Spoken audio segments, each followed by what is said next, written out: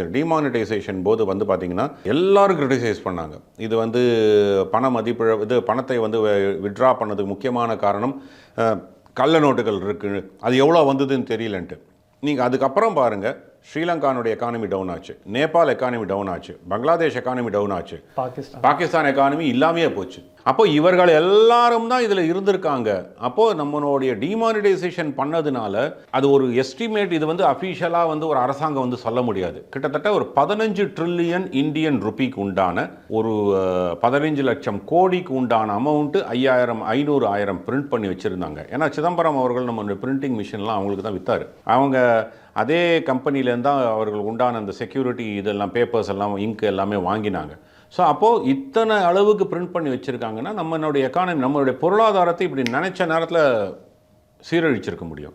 So அந்த ஒரு முயற்சியை தான் தடுத்து நிறுத்துறதுக்காக தான் டிமானிட்டைசேஷன் வந்தது. இப்போ அதனால் வந்து இந்தியா ஒன்றும் கெட்டு போயிடல. ஆனால் சுற்றியூர் இருக்கக்கூடிய நாடுகளை பாருங்க, இந்த 4-5 நாடுகள் மூலமாக நமக்கு வந்து இந்த பணங்கள் வந்துருந்து. காஷ்மீரில் முக்கியமாக இது நின்று போச்சு, அந்த கல்லறிதலும் அதுவும் நின்று போச்சு. ஏன்னா அவங்களுக்கு கொடுக்குறதுக்கு பணம் இல்லை. ஏன்னா அப்போ ஃப்ரீயாக வந்து யாரோ அடித்த நோட்டு, சும்மா அது வந்து இது normal visiting paper note, bit notice கொடுக்குற மாதிரி கொடுத்துட்டு இருந்தாங்க. இப்போ அதெல்லாம் நின்று போன மாதிரி.